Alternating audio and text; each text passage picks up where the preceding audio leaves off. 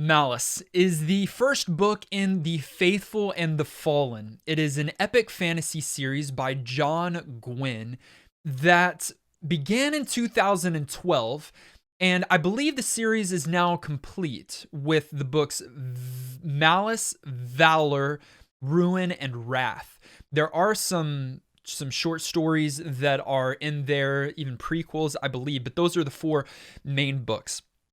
And I had seen many booktubers and reviewer friends talk about how incredible this series was and is.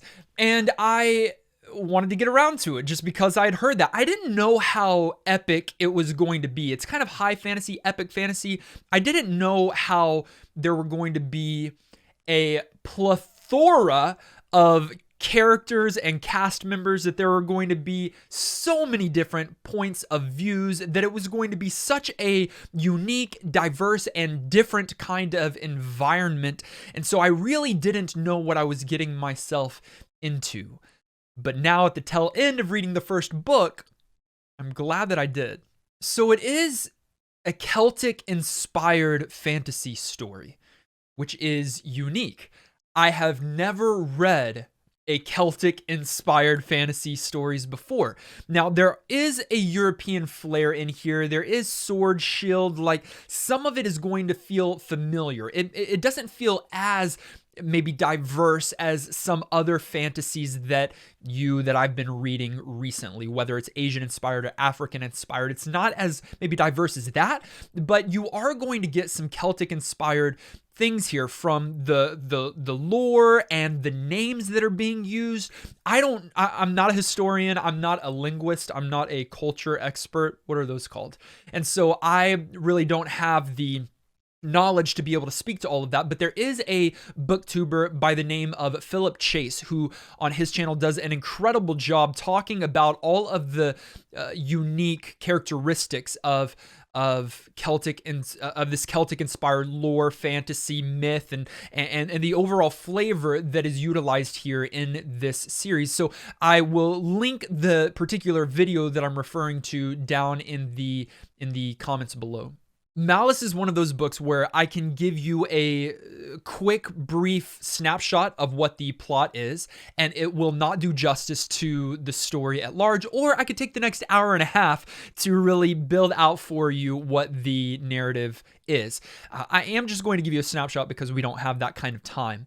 Really, just broken down, it is a hero versus an anti-hero, and the leading up to that. It's good versus evil. You've got some of those tropes here, but taken to another level. So many years ago, there was a god war that broke out, and it shattered the land. And now the prophecy has revealed that the God War is returning, and that there will be two champions on either side. There will be the bright star and there will be the black sun, and these two champions will lead this vicious war against one another. That is the story here, but we have various points of views that and it doesn't start where we know who the hero is and we know who the anti-hero is. We've got these various points of views, and in our mind, we're like, listen, one of these POVs or a character they're directly connected to is probably going to be this hero or this person or this anti-hero, but we don't know. In fact, at the end of this book, you've got a pretty good idea, and I think I do, unless John Gwynne does something completely unexpected, which he might, but you still don't have it completely spelled out to you at the end of this 650 page book. Now, as I just mentioned, it is about 650, maybe it's a little bit more than that, pages long. So it's not a short story by any means. And I'll tell you this, the pacing for me is slow. It all has purpose, and it's all building towards something, and it's all giving some fullness to the characters on the page, but it does take a while to build out this world and these characters. Probably at least 100 pages or so. And I'll tell you this, it took me 300, maybe 350 pages to finally commit myself to this story in this book.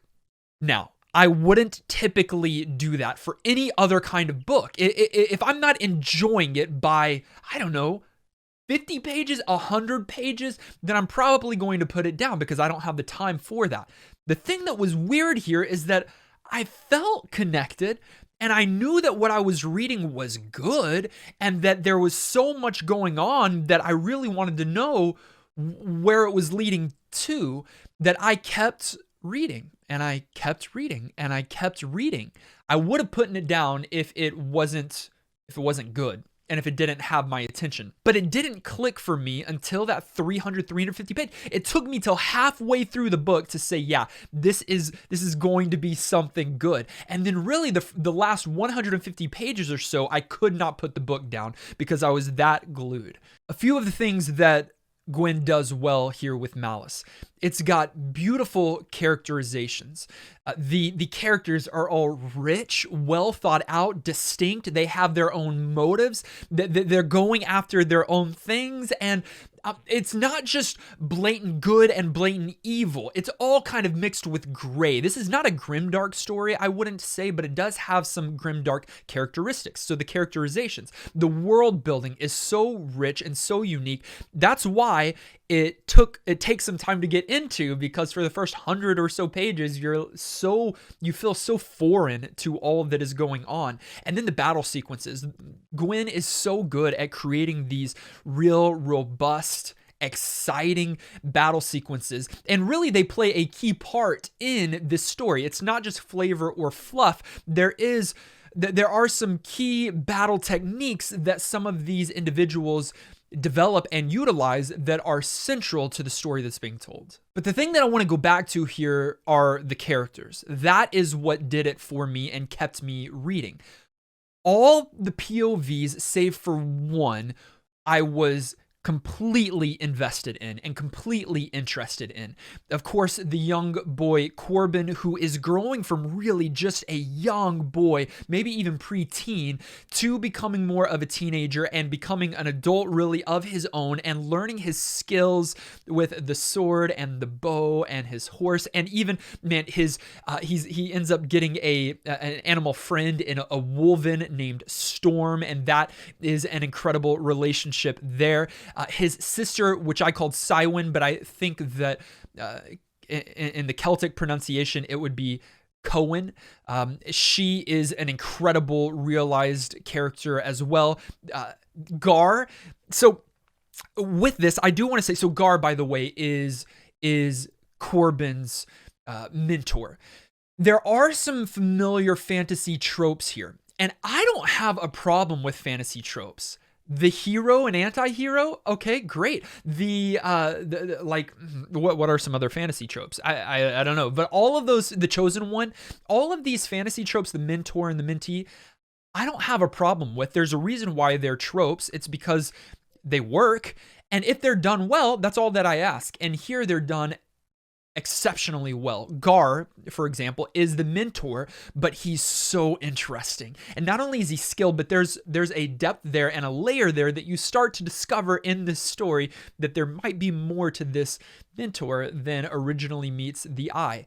And then there's a character late in the game that I actually ended up falling in love with, and I hope to see him a lot more in the future books. In Camlin, he's really a villain, a part of the other side, and then he gets an option to make some redemptive choices near the end of the story. So there's a lot here with characters and the plot that progresses. I have heard that the series only gets better, and I would imagine that because all of the world building that needed to happen to set the scene happened in this book, and so we get to just continue following these characters in future stories. So all that to say, this book impressed me to an extreme degree. I think I would consider it epic fantasy. And I've only done one other epic fantasy series before, and it's been the Stormlight Archives by Brandon Sanderson. And so if this falls in that line of epic fantasy, then this will be my second series to do, because I am going to continue it. I cannot wait to get my hands on the next book, Valor, and continue reading through The Faithful and The Fallen.